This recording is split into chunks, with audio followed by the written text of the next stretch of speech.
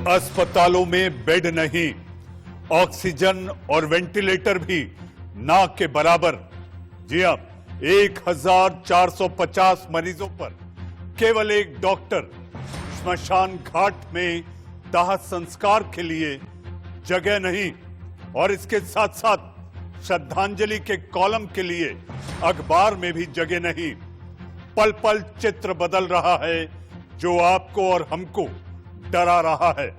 नमस्ते, मैं हूं मनीष अवस्थी, हाजिर हूं आपका अपना पसंदीदा डिबेट शो देश का सवाल लेकर। उत्तराखंड में कोरोना अपने चरम पर है, लेकिन हरिद्वार में कुंभ जारी है, जिसके बाद सवाल उठ रहे हैं कि जब कोरोना के संक्रमण से पूरा देश जूझ रहा है, ऐसे में कुंभ कराने का आखिर क्या मतलब? क्या कुंभ में जुटने वाली भीड़ से संक्रमण को बढ़ावा नहीं मिल रहा? यकीन सवालों के जब जवाब जानने की कोशिश करेंगे, लेकिन उससे पहले उत्तराखंड में जिलों के हिसाब से कोरोना के एक्टिव केस के बारे में बता देते हैं। आपको सबसे पहले बताएं हरिद्वार की, जहां की कुंभ चल रहा है।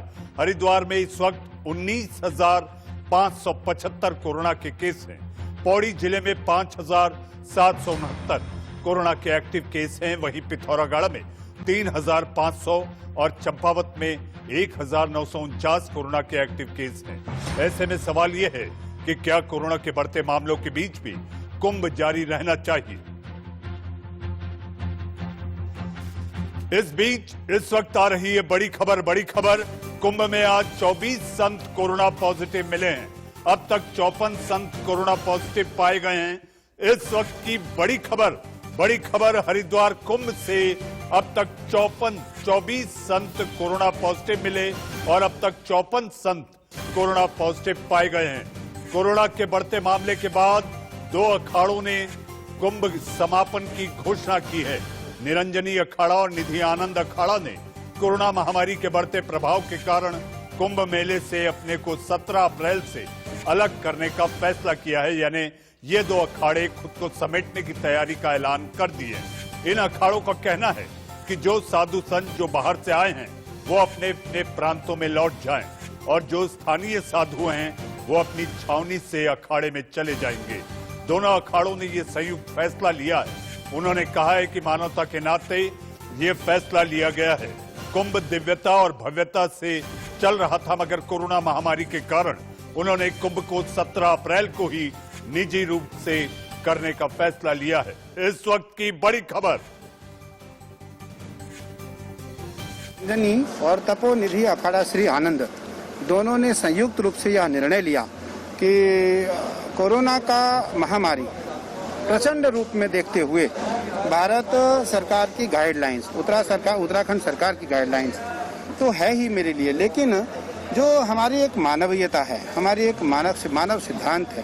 कुंभ क्योंकि बहुत विराट चल रहा था, कुंभ की भव्यता बहुत बड़ी थी, कुंभ की दिव्यता बहुत बड़ी थी, तो आज पंचायती श्री निरंजनी अखाड़ा और तपोनिधि श्री आनंद अखाड़े ने संयुक्त रूप से श्री महंतों ने, हम दोनों आचार्यों ने बैठ करके यह तय किया कि हम इस कुंभ के इस 2021 महाकुंभ का जो काल है, उस काल की विषम परिस्थिति को देखते हुए 17 तारीख को हम अपनी छावनी को विराम देंगे।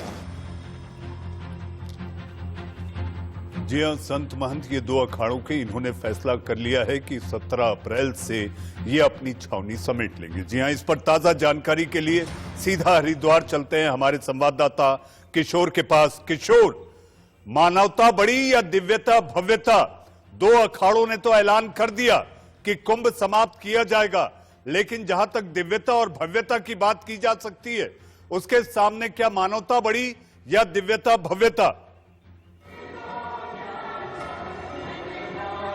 देखिए, जो आपने सवाल किया और सवाल उठाया वो बहुत सही है कि दिव्यता बड़ी नहीं है, भव्यता बड़ी नहीं है, मानवता बड़ी है। क्योंकि अगर मानव जाति ही खतरे में पड़ गई तो कौन पूजेगा और कौन दिव्य और भव्य की बात करेगा? क्योंकि इंसान को जिंदा रहना जरूरी है। और जिस तरीके से कोरोना लगातार फैल रहा है, और आज उत्तराखंड की बात करें तो आज उत्तराखंड में 2402 मामले आए हैं, और 1000 मामले अकेले देहरादून में और 596 मामले हरिद्वार में आए। यानी लगातार जो कोरोना बढ़ता जा रहा है उससे कहीं ना कहीं जो कोविड संक्रमण है वो तेजी से फैल रहा है। सबसे बड़ी बात यह है कि जो अखाड़ों में निरंजनी अखाड़े के 17 जो साधु है वो पॉजिटिव आ चुके हैं। दूसरी बात, उसके साथ जो सचिव है अखाड़ा परिषद के नरेंद्रपुरी, वो वहाँ पर रविंद्रपुरी, वो पॉजिटिव आ चुके हैं। लगातार 30 पुलिसकर्मी पॉजिटिव है। लेकिन फिर भी अगर बात करें तो जो आपने सवाल उठाया था दिव्यता भव्यता की बात अब छोड़नी पड़ेगी, क्योंकि अगर मानव जाति बचेगी तभी तो यहाँ पर फिर से एक बार कुंभ में लोग आएंगे। तो लगातार जो जिस तरीके से कोविड का संक्रमण तेजी से फैल रहा है उससे कहीं ना कहीं बहुत सारी दिक्कतें बढ़ती जा रही है। कारण यही है कि अगर इसी तरीके से मामले बढ़ते रहे तो कहां पर इनको क्वारंटाइन किया जाएगा, हॉस्पिटलों में वेंटिलेटर्स की कमी पड़ जाएगी, ऑक्सीजन की कमी पड़ जाएगी। और वैसे ही उत्तराखंड में रेमेडीज जो सीवर इंजेक्शन है उसकी भारी कमी है और करीबन 10,000 इंजेक्शनों की मांग की थी, लेकिन केंद्र ने कहा है कि आपको सिर्फ 2 या 3,000 ही इंजेक्शन हम प्रोवाइड करा सकते हैं। और अभी इंजेक्शनों की बात करें तो ये स्थितियां बद से बदतर हो जाएगी। मैं एक तस्वीर दिखाना चाहता हूं कि यहाँ पर अभी गंगा आरती हुई थी और गंगा आरती में जिस तरीके से सोशल डिस्टेंस की धज्जियां उड़ रही है, लोग आखिर यहाँ पर बिल्कुल बिना मास्क के, छोटे छोटे बच्चे, गोद वाले बच्चे बिना मास्क के, उनके माँ बाप उनको ला रखे। तो सबसे बड़ी बात यह कि अगर इसी तरीके से सोशल डिस्टेंसिंग की धज्जियां उड़ती रही तो कोविड जो है वो तो फैलेगा। अब ऐसे में राज्य सरकार को कड़े फैसले लेने ही पड़ेंगे, क्योंकि अगर अंडर कंट्रोल चीजें रखनी है तो जल्दी ही फैसले लेंगे। क्योंकि सबसे बड़ी बात यह है कि इस बीमारी किशोर एक छोटा सवाल और छोटा जवाब, बचाव है। किशोर एक छोटा सवाल और छोटा जवाब। जी हाँ, बाकी अखाड़ों को लेकर क्या खबर आ रही है? 2 अखाड़ों ने तो ऐलान कर दिया, लेकिन बाकी अखाड़े क्या कह रहे हैं? हमें जो जानकारी मिल रही है सूत्रों के हवाले से कि बाकी अखाड़े इस बात पर अड़े हुए हैं कि पूरा कुंभ जैसे होता है यथावत वैसे ही संपन्न होगा। बिल्कुल निश्चित तौर पर सभी बाकी जो अखाड़े उन्होंने कह दिया कि कुंभ में हम वो पूरा जो कुंभ है उसको उसी तरीके से निभाएंगे। जूना अखाड़ा ने साफ अभी एक बयान दिया है, उसमें साफ कह दिया है कि 26 मई को वो हरिद्वार से अपने छावनी हटाएंगे। उसके बाद जो यानी आज से जो बीच में स्नान पड़ रहे हैं 3, उसको पूरा करके जाएंगे। सिर्फ निरंजनी और आनंद अखाड़ा ने ही अपना फैसला वापस लिया है कि वो वापस अपनी छावनी लेके जा रहे हैं 17 अप्रैल को, लेकिन बाकी अखाड़े इस बात पर अड़े हैं कि कुंभ 30 अप्रैल तक पूरा किया जाएगा। और जूना अखाड़ा ने कहा है कि वो 26 मई को वापस जाएंगे। जी किशोर, आपका इस तमाम जानकारी के लिए बहुत बहुत धन्यवाद और शुक्रिया। जी हाँ, कोरोना काल में दिल दहलाने वाली तस्वीरें भी लगातार आ रही हैं। देखिए कैसे यहां पर शवों के अंतिम संस्कार के लिए पहुंचे लोग कतार में बैठे दिखाई दिए।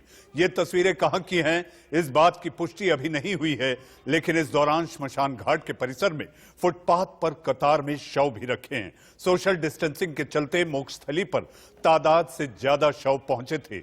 इसी वजह से एक बार में 5 से ज्यादा शव अगर अंतिम संस्कार के लिए पहुंचते हैं तो बाकी शवों के साथ उनके परिजनों को कतार में इंतजार करना पड़ता है।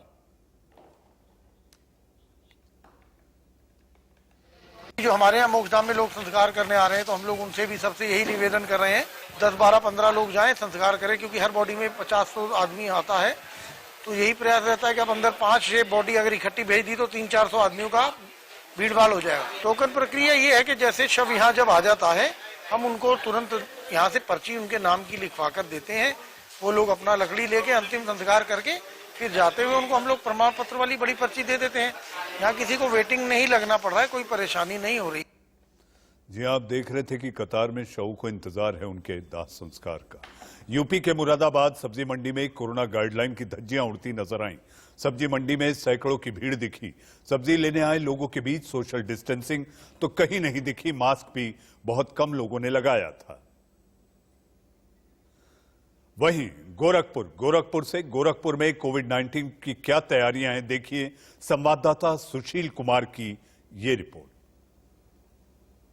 बढ़ रहे कोरोना संक्रमित व्यक्तियों को लेकर एक बार फिर से सरकार से लेकर प्रशासन अलर्ट हो गया है और लोगों से अपील कर रहा है कि सोशल डिस्टेंस का दायरा जो है उसको मेंटेन करें और मास्क लगा के चले और बहुत जरूरत हो तो ही घर से बाहर निकले। इस समय हम गोलघर के काफी व्यस्तम इलाके में है और ये काफी पॉश इलाका है। तस्वीरें आप देखेंगे तो सड़कों पे चहल बहल जरूर है, लेकिन दुकानों पे लोगों का आवागमन बहुत हद तक कम हो गया है। लेकिन ये जरूर है कि जो बहुत से ऐसे लोग हैं जो मास्क लगा रहे हैं और इस बीमारी को लेकर सतर्क है, लेकिन तमाम ऐसे भी लोग हैं जो मास्क नहीं लगाए। इस तरफ आप देखेंगे कि अभी भी भी जो कुछ लड़के बात कर रहे हैं उनके मास्क तो एक लोग के लगा हुआ है, लेकिन एक लोग है जो मास्क नीचे किए हुए हैं। ऐसे में आप समझ सकते हैं कि मास्क हमें गले के या नाक के नीचे नहीं करना है, बल्कि नाक पर चढ़ा करके रखना है, तब जा करके हम इस बीमारी से जो है जंग जीत पाएंगे और कहीं ना कहीं अपने और अपने परिवार को बचा पाएंगे। कुछ लोग हमारे साथ मौजूद हैं, उनसे भी बात कर लेते हैं। लगातार एक बार फिर से ये दायरा बढ़ता जा रहा है और ऐसे में कितना खतरा है, मास्क लगाना कितना जरूरी है और जो सरकार लगातार कवायद कर रही है, नाइट कर्फ्यू लगा रही है, वो कितना सही है? देखिए, मास्क हम अपने स्वास्थ्य के लिए लगाते हैं। अगर हम मास्क नहीं लगाएंगे तो कब इस दुनिया से विदा हो जाएंगे ये कोई नहीं जानता है। तो अपनी जिंदगी बचानी है तो मास्क लगाना बहुत जरूरी है। मास्क स्वयं लगाएं और दूसरे को लगाने के लिए प्रेरित करें। जो लोग मास्क नहीं लगा रहे हैं समझिए कि अपनी जिंदगी को खराब कर रहे हैं। तो मास्क के बिना आज की जिंदगी अधूरी है। अगर मास्क है तो जिंदगी है, मास्क नहीं है तो जिंदगी नहीं है। और सरकार जितना कर रही है हमारे लिए बहुत कर रही है। छोटा सा एक काम है कि मास्क लगाएं और सोशल डिस्टेंसिंग का पालन करें। इधर आप देखे होंगे कि बाजार में दहशत तो है और जो भी इंटेलेक्चुअल वर्ग है वो बाजार से गायब है, लेकिन कुछ लोग इस मास्क पर एकदम ध्यान नहीं दे रहे हैं। उनकी संख्या ज्यादा नहीं है, 20 से 25% है। वो कोरोना के कैरियर बन के भी जा रहे हैं और अपने परिवार को भी तहस नहस कर रहे हैं। लेकिन वो खतरा भी बहुत है। देखिए कि एक सवारी वाला है और वो मास्क तो रखा है लेकिन नीचे लगाया, यानी सवारी लेके जा रहा है और मास्क उसके जो है चेहरे के ऊपर नहीं है। इसलिए अभी से अगर हम सचेत हो गए और मास्क लगा के एक दूरी का जो है एक दायरा मेंटेन करते रह गए तो शायद हम इस जो कोरोना चैन है इसको ब्रेक करने में कामयाब हो जाएंगे। और सरकार की तरफ से जो निर्देश दिए जा रहे हैं उस प्रोटोकॉल का हम पालन करेंगे तो इस कोरोना से हम और अपने परिवार को बचा पाएंगे। Sushil Kumar, India news, Gorakhpur. जी हाँ, मास्क कितना जरूरी है बता रहे थे सुशील कुमार, जो कि मास्क भी अभी एक वैक्सीन के रूप में देखा जा रहा है। इसी पर चर्चा करने के लिए हमारे साथ दो मशहूर डॉक्टर हमारे साथ मौजूद हैं। जी हाँ, आपके टीवी स्क्रीन पर पद्मश्री डॉक्टर मोहसिन वली साहब हमारे साथ हैं और हमारे साथ डॉक्टर विनय अग्रवाल, दिल्ली आईएमए के पूर्व अध्यक्ष। जी हाँ, आप दोनों का बहुत बहुत स्वागत है। जी हाँ, सबसे पहले डॉक्टर मोहसिन वली, मैं आपसे पूछना चाहूंगा, पिछले एक साल में सरकार ने जो हालात सामने आ रहे हैं, जो तस्वीरें सामने आ रही हैं, मुझे ऐसा लगता है कि सुध नहीं ली गई और तैयारियां पूरी नहीं थी, इसलिए यह मंजर देखने को मिल रहा है।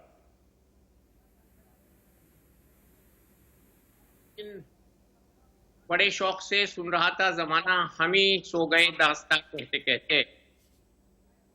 तो ये जो हुआ है ये बहुत बड़ा हादसा हुआ है। एक साल के अंदर हम बहुत कुछ भूले हैं। हम, अगर मैं सही कहूं, अपनी जान के साथ खिलवाड़ कर डाला और अब बहुत देर हो चुकी है। हम लोग कल भी बहुत शोक संतप्त थे और आज भी हम लोग बहुत शोक संतप्त बैठे हैं। जो नज़ारे और जो देखने को मिल रहे हैं बहुत ही दुखदायी हैं और बहुत ही तकलीफदेह हैं। अगर आपको मेरा ऑडियो मिल रहा हो तो बता दीजिए। डॉक्टर वली, आपकी आवाज आ रही है, आप अपनी बात पूरी करें। जी, मैं ये कह रहा हूं कि जिस हिसाब से ये अपने दो वर्ड बहुत अच्छे चुने, मानवता या सभ्यता, ये इतने ज्यादा इंपॉर्टेंट हैं दोनों। इन दोनों के बीच में हम कहीं खो गए और बहुत बड़ा नुकसान हो गया। आज शाम से ये फोन आते हैं कि हम दोपहर से गाड़ी लेके घूम रहे हैं, ऑक्सीजन सिलेंडर खत्म हो चुका है और हमारे मरीज को बेड नहीं मिला। अब ये हो गया, अब बेचारा मरीज कहाँ जाए, ऑक्सीजन नहीं है। ऑक्सीजन गाड़ी में जो सिलेंडर था वो खत्म हो चुका है। तो ये का मुझसे जब पेशेंट ये कहता है तो मेरे पास कोई जवाब नहीं है। और शव आपने दिखाई दिए अभी, और शव दाग रेख का मंजर देखा था शाम, जिस टीयर शव रखे हुए। तो ये जो संख्या बढ़ गई है जिस हिसाब से आप बता रहे हैं, कल भी हमने डिस्कशन किया था, और इस हिसाब से वायरस बदल गया है, इस हिसाब से बच्चों में संक्रमण हो गया है, ये भी एक डिस्कशन का विषय बन गया है। आज शाम 7 साल की एक बच्ची आई थी, उसके दोनों माँ बाप पॉजिटिव थे और मैं अवाक रह गया देख के कि इस बच्चे कौन सी श्रेणी का इलाज दूं मैं। तो ये जो सामने आ रही है प्रैक्टिकल प्रॉब्लम, एक मेरे पास कल रात एक बच्चे का फोन आया तो सिर्फ इनका है और पॉजिटिव है। जी डॉक्टर वली, डॉक्टर वली, कल के देश के सवाल के कार्यक्रम में आपने बताया था कि अगर कोरोना को रोकना है तो दरवाजा साथ लिए चलते हैं। डॉक्टर वली, हम चाहेंगे कि आप दर्शकों के लिए बताएं कि आखिर वो कौन सा दरवाजा है जो कोरोना को रोक सकता है। आपके टीवी स्क्रीन पर आपने पद्मश्री डॉक्टर मोहसिन वली साहब को देखा कि दरवाजा यानी कि आपका मास्क आपको इससे बचा सकता है। हमारे साथ डॉक्टर विनय अग्रवाल, पूर्व IMA के आप अध्यक्ष हैं दिल्ली के। आपका स्वागत है डॉक्टर अग्रवाल। ये जो स्ट्रेन है, नया स्ट्रेन, बड़ा कातिल स्ट्रेन है, बहुत जल्दी संक्रमित भी कर रहा है और मोर्टेलिटी है वो भी बहुत ज्यादा आ रही है।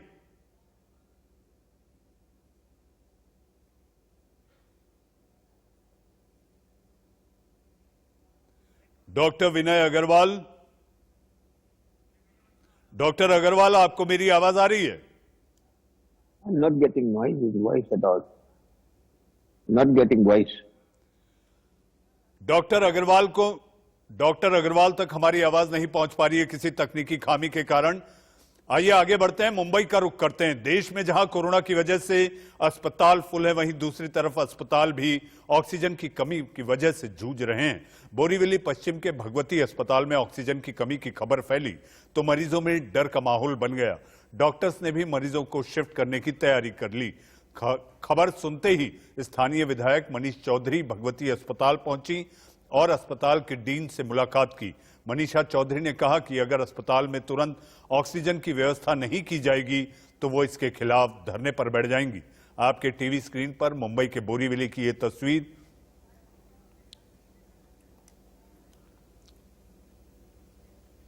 जो संघर्ष इस वक्त ये नेता कर रहे हैं, अगर पहले किए होते तो आज ये मौका नहीं आता। नागपुर के गवर्नमेंट मेडिकल कॉलेज हॉस्पिटल की अब आपको वो तस्वीरें दिखाते हैं जो दहशत पैदा कर रही हैं।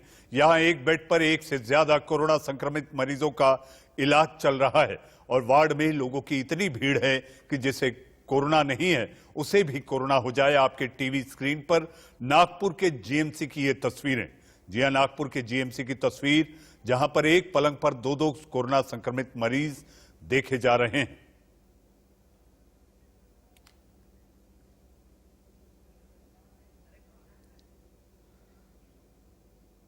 महाराष्ट्र के बदतर हालात पर चर्चा करने के लिए हमारे साथ हमारे संवाददाता अभिषेक शर्मा मुंबई से हैं। अभिषेक, एक तस्वीर बोरीवली की, दूसरी नागपुर की, अलग अलग जगहों से, कल हमने उस्मानाबाद की भी देखी, अलग अलग शहरों से जो खबरें आ रही हैं काफी चिंता पैदा कर रही है महाराष्ट्र को लेकर। जो आंकड़ा है, जी हां, आर्थिक राजधानी मुंबई में सेंसेक्स है, BSE है, जिस तरह से वहां पर आंकड़े ऊपर नीचे होते हैं, यहां केवल कोरोना के आंकड़े महाराष्ट्र में ऊपर ही बढ़ते जा रहे हैं। अभिषेक,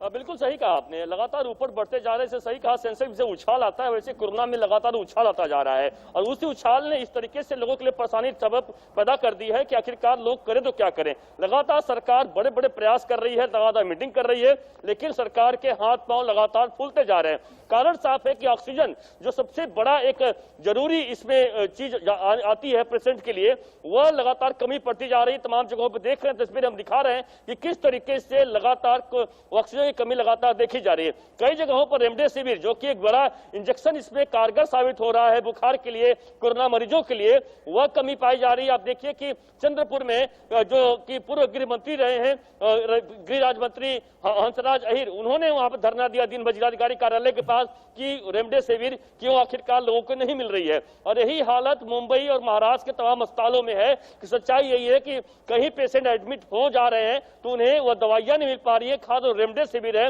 वह नहीं मिल पा रही है और जिसके वजह से उनका इलाज संभव नहीं हो पा रहा है। मुंबई की हालत आपको बता दूं, चाहे वह बड़े प्राइवेट अस्पताल हो, चाहे वह कोविड सेंटर हो, कहीं पर भी किसी को बेड नहीं मिल पा रहा, हर जगहों पर वेटिंग है। यह वास्तव में विचित्र स्थिति है और उसके बावजूद मुंबई में हर रोज 10,000 के आसपास नए पेशेंट आते जा रहे हैं। अभिषेक, एक छोटा सवाल और छोटा जवाब। रेमडेसिविर इंजेक्शन की आपने बात की अभिषेक, जानकारी हमको मिली है कि मुंबई में इसकी कालाबाजारी और कालाबाजारी के साथ साथ अब तो नकली रेमडेसिविर इंजेक्शन भी बाजार में आ गए हैं।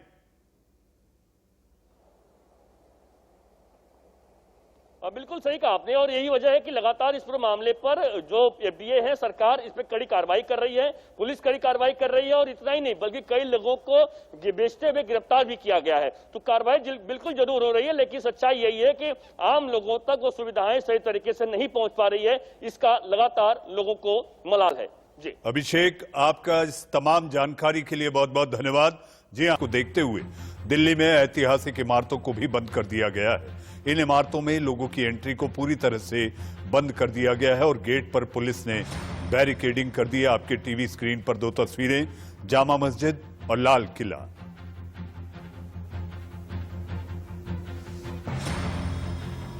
इस पर ताजा जानकारी और दिल्ली में आज से लग रहे कोरोना कर्फ्यू को लेकर क्या जानकारी है, आइए चलते हैं हमारे संवाददाता सुमित दुबे के पास। सुमित, ऐतिहासिक इमारतों को बंद कर दिया गया और इसके साथ साथ कुछ ही देर बाद वीकेंड कर्फ्यू यानी कोरोना कर्फ्यू लग जाएगा।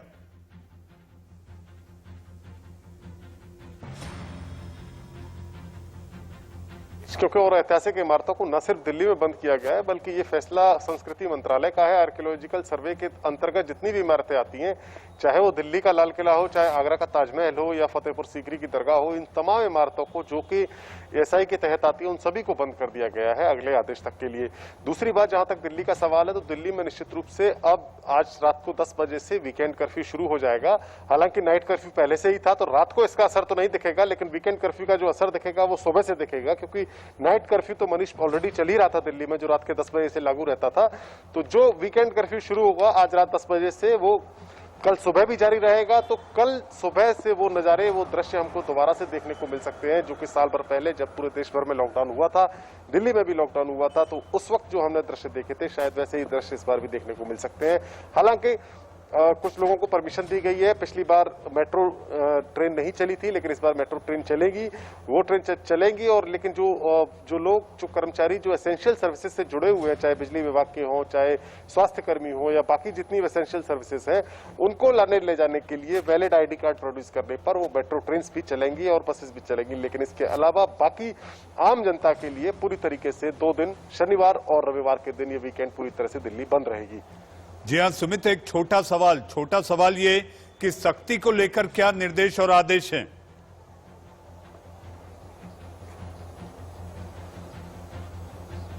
देखिए, सख्ती को लेकर स्पष्ट रूप से आदेश दिया गया, निर्देश दिए गए हैं। अरविंद केजरीवाल ने भी कहा था कि सख्ती के साथ ही जो भी वायलेट करेंगे इस वीकेंड कर्फ्यू को, उसको सख्ती के साथ निपटा जाएगा। दिल्ली सरकार की टीमें सड़क पर है, आज से ही है। इसके अलावा दिल्ली पुलिस के साथ भी मशवरा करने के बाद ये फैसला लिया गया, तो निश्चित तौर पर दिल्ली पुलिस की तरफ से भी सख्ती से पेश आने की दिल्ली पुलिस को भी हिदायत दी गई है। जी हाँ सुमित, आपका इस तमाम जानकारी के लिए बहुत बहुत धन्यवाद। और वीकेंड कर्फ्यू कैसा रहा, इस पर ताज़ा जानकारी के लिए लगातार हम आपके पास आते रहेंगे आने वाले 2 दिनों तक। जी आगे बढ़ते हैं अपने मेहमान की ओर। हमारे साथ मेहमान के रूप में पद्मश्री डॉक्टर मोहसिन वली साहब हमारे साथ हैं। डॉक्टर वली, मेरा सवाल है, नया स्ट्रेन काफी कातिल है, इस स्ट्रेन को पछाड़ने के लिए, इस स्ट्रेन को कुचलने के लिए क्या क्या किया जाना चाहिए? देखिए, एक तो जो एकेडमिक जरूरत है, जो हमारी एकेडमिक रिक्वायरमेंट है, वो ये है कि इसकी जीनोमिक स्टडीज पे ज्यादा जोर दिया जाए।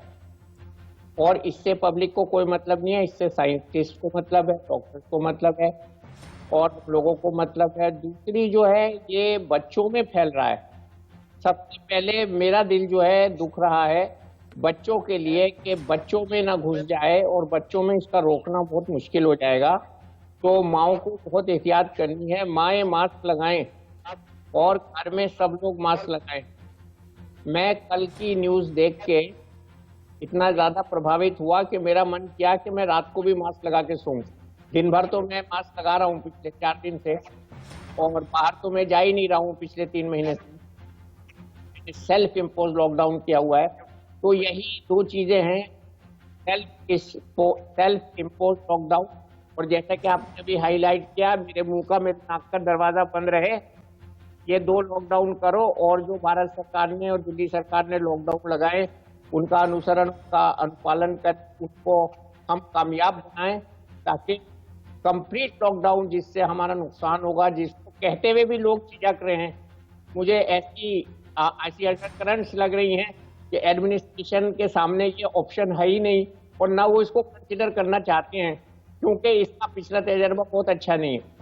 डॉक्टर वली, तो अब हमको ये करना है कि सेल्फ इम्पोज लॉकडाउन करना है। डॉक्टर वली, बगैर किसी काम के बाहर नहीं निकलना है और अपने घर में रहना और मास्क लगाना है जी डॉक्टर वली, करना है कि डॉक्टर वली आप दिल के डॉक्टर हैं और जो तस्वीरें आ रही हैं और इस समय कोरोना का जो आलम है सारे देश में, इसको देखकर दिल बैठा जाता है।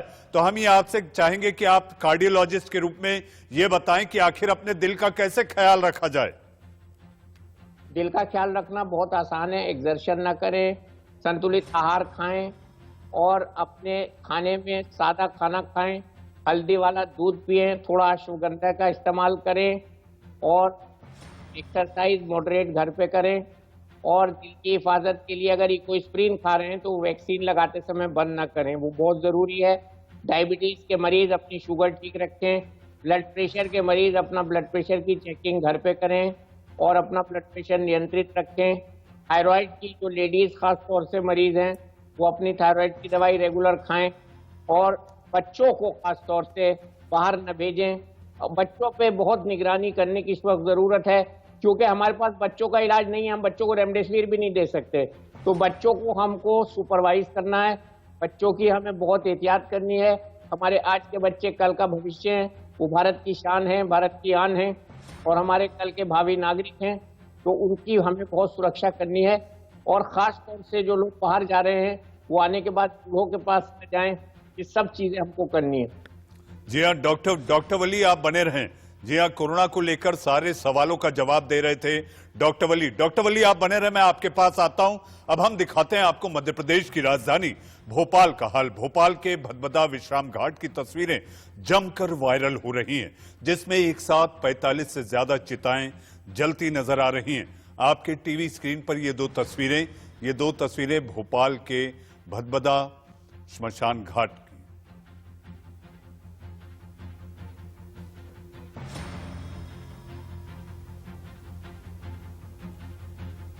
जी हाँ, भोपाल के श्मशान घाट में हुई लकड़ियों की कमी। एक दिन में 100 शवों का हुआ अंतिम संस्कार। इस वक्त की बड़ी खबर, लकड़ियों की कमी पड़ रही है भोपाल में और एक दिन में 100 लोगों का अंतिम संस्कार हुआ। इसके चलते लकड़ी की कमी यानी किल्लत बात की जा रही है। कम पड़ रही हैं लकड़ियां श्मशान घाट पर। और जैसा कि भदभदा भदभदा श्मशान घाट की हमने तस्वीरें दिखाई, दो तस्वीरें आपने देखी। इसके बाद की बड़ी खबर भोपाल में लकड़ियों की कमी। देश में कोरोना संक्रमित मरीजों का मौत का आंकड़ा लगातार बढ़ता हुआ नजर आ रहा है। इस समय हम भदभदा विश्राम घाट में खड़े हुए हैं और आप देख सकते हैं कि यहाँ की ये वो तस्वीर है पिछले 24 घंटों में 100 से अधिक जो है संक्रमित मरीजों की डेड बॉडी का यहाँ पे अंतिम संस्कार हुआ है। और पूरे मध्य प्रदेश की अगर बात करें, हालांकि सरकार की तरफ से जो बुलेटिन जारी किया जा रहा है, जो आंकड़े दिए जा रहे हैं वो 50 दिए जा रहे हैं, लेकिन ये तस्वीर और कुछ ही बयां करती हुई नजर आ रही है। हमारे साथ भदभदा विश्राम घाट के जो अध्यक्ष हैं, हम उनसे बातचीत करेंगे। सर, आप यहाँ तो 24 घंटे उपलब्ध रहते हैं। हिंदू रीति रिवाज के अनुसार शाम 6 बजे के बाद भी जो है अंतिम संस्कार नहीं होते, लेकिन अब तस्वीर कुछ और बयां कर रही है। यहाँ पे रात के 10-10, 11-11 बजे भी अंतिम संस्कार। प्रतिदिन कितने संक्रमित मरीजों की यहाँ पे डेड बॉडी का अंतिम संस्कार हो रहा है? देखिए, जब से कोरोना की सेकंड लहर आई है, ये बहुत ही भयावह और विस्फोटक है। और विशेष रूप से 25 मार्च के बाद इसमें एकदम बहुत सी तेजी आ गई। इसके पहले हमारे यहाँ कभी 10-11 से ऊपर कभी डेड बॉडी नहीं आती थी। उसके बाद से जो फिगर बढ़ने चालू हुए हैं, तो पिछले अगर 7 दिनों की बात करें तो रोज 15 से 20 कोरोना पॉजिटिव रोज बढ़ रहे हैं। कल ही हमारे यहाँ 88 थे, 88 में से 74 जो थे वो कोविड पॉजिटिव थे। तो मान के चलें 10 दिन में कम से कम 250 हो गए, 250 करीब हो गए कोविड पे। लकड़ियां कम पड़ रही हैं, हम आपको तस्वीर के माध्यम से दिखाना चाहेंगे। हालांकि हम गिनती नहीं कर सकते, अगर गिने तो आप देख सकते हैं 1 2 3 4 5 6 7 8 ऐसे हमें 88 90 100 तक ये आंकड़ा है, यहाँ पे गिनना पड़ेगा। लेकिन ये तो भदभदा की स्थिति है। राजधानी भोपाल के अन्य विश्राम घाटों की बात की जाए, कब्रिस्तानों की बात की जाए, तो वहां पे भी प्रतिदिन 50 से 70 डेड बॉडी जो है उनका अंतिम संस्कार हो रहा है। लेकिन सरकारी आंकड़े कुछ और ही बयां करते हुए नजर आ रहे हैं। कैमरामैन सुनील वर्मा के साथ कुलभूषण सक्सेना, इंडिया न्यूज भोपाल। पहले तो जान बचाने को लेकर मशक्कत करनी पड़ती है और अगर जान नहीं बच पाई तो दाह संस्कार के लिए पुश एंड पुल यानी कि जोर लगाना पड़ता है कि पहले दाह संस्कार हो जाए। आइए बढ़ते हैं अगली खबर की ओर।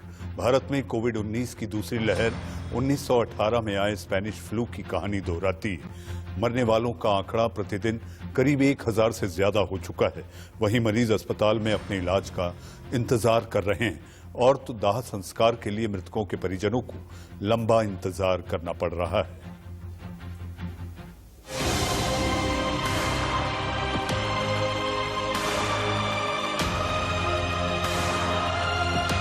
क्योंकि लखनऊ में जब शमशान घाट फुल हुए तो देखिए कैसे पुराने लखनऊ में मौजूद गुलाला घाट के पास पार्क में शव जलाने पड़े। लिहाजा देखिए कैसे पूरा पार्क जली हुई चिताओं से पट गया। गुलाला घाट है और आप देख सकते हैं ये जो है पूरी तरह से चिताओं से लगभग पट चुका है।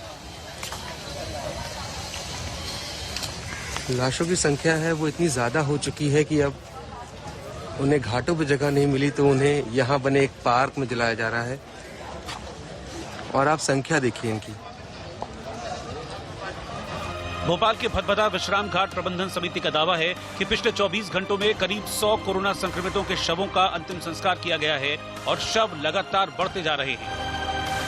नजर आ रहा है। इस समय हम भदभदा विश्राम घाट में खड़े हुए हैं और आप देख सकते हैं कि यहाँ की ये वो तस्वीर है पिछले 24 घंटों में 100 से अधिक जो है संक्रमित मरीजों की डेड बॉडी का यहाँ पे अंतिम संस्कार हुआ है। अब अगर हम चारों तरफ अपनी नजरें दौड़ाएं तो यहाँ पे सिर्फ डेड बॉडी और चिता ही नजर आएंगी। हम गिनती नहीं कर सकते। अगर गिने तो आप देख सकते हैं 1 2 3 4 5 6 7 8 ऐसे हमें 88 90 100 तक ये आंकड़ा है यहाँ पे गिनना पड़ेगा।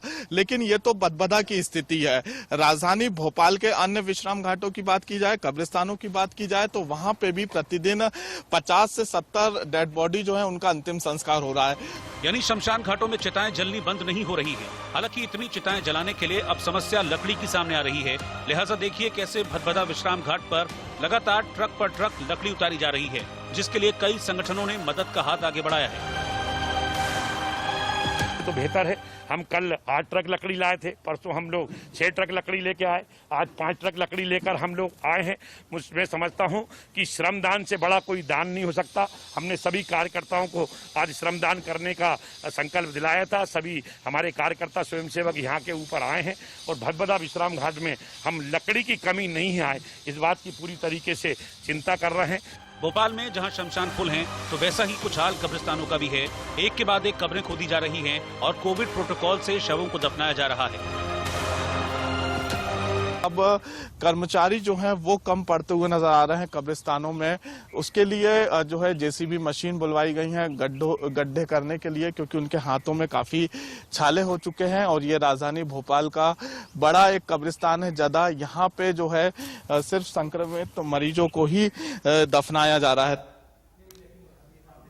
श्मशान घाट हो या कब्रिस्तान, आपने देखा नजारा अलग अलग राज्यों से कि क्या आलम है। जी हां, दाह संस्कार के लिए घंटों इंतजार और इसके साथ साथ इतना ही कहा जा सकता है, या ईश्वर या अल्लाह ये पुकार सुन लो कि कोरोना से बचा लो।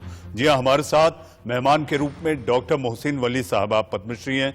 डॉक्टर वली, वैक्सीन को लेकर जो उदासीनता थी, आपको नहीं लगता कि अब लोगों को समझ आ रहा है जिस तरह से सियासत हुई कि कोई वैक्सीन लेगा नहीं लेगा, ये बीजेपी की वैक्सीन, ये बोतल में पानी भरा हुआ है, ये वैक्सीन हम नहीं लेंगे, लेकिन अब उसी वैक्सीन को लेकर हाहाकार मचा हुआ है। डॉक्टर वली, आज तो मुझे ऐसा भी फोन आया कि वैक्सीन पापा जल्दी लगवा लीजिए ताकि खत्म ना हो जाए। तो ये शॉर्टेज का भी इंडिकेशन हो रहा है और मुझे ये लग रहा है हर चीज में हाउसफुल हो जाएगा। आपने अभी जो तमाम जगह के मंजर दिखाए, मुझको लग रहा है जैसे शमशान में हाउसफुल, कब्रिस्तान में हाउसफुल, पार्कों में जो डेड बॉडी जला रही वहां पे हाउसफुल, अस्पतालों में बेड फुल, सब जगह हाउसफुल, इवन जो मॉर्चरीज हैं उसमें हाउसफुल। तो मुझे देखते देखते भी हाउसफुल का बोर्ड एक लग जाता था। कोई अच्छी पिक्चर आती थी तो सिनेमाघरों में एक हाउसफुल का बोर्ड लग जाता था। आज ये वैसा ही माहौल हो रहा है। तो वैक्सीन के बारे में हमको जल्दी से उसका प्रोडक्शन बढ़ाना है, नए वैक्सीन को लाना है। जो वैक्सीन डॉक्टर हर्षवर्धन अप्रूव कर रहे हैं, ICMR अप्रूव कर रही है, उनको मार्केट में लाना है ताकि उसकी कालाबाजारी डॉक्टर वली, आपने हाउसफुल का जिक्र किया। जी हाँ, फिल्मों में, थिएटर्स में हाउसफुल का बोर्ड लग जाता था, लेकिन ये कोरोना वायरस का बैड पिक्चर है, यानी कि ये बैड फिल्म है। डॉक्टर वली, आप हमारे साथ जुड़े, आपने जानकारियां दी, आपने सेहत से संबंधित कई सवालों के जवाब दिए, आपका बहुत बहुत धन्यवाद। लेकिन जाते जाते मैं इतना कहना चाहूंगा, संस्थाओं की सुस्ती, नेताओं की बेफिक्री और आम लोगों की चेतना शून्यता ही महंगी पड़ती दिखाई दे रही है। देश का सवाल में आज के लिए बस इतना ही।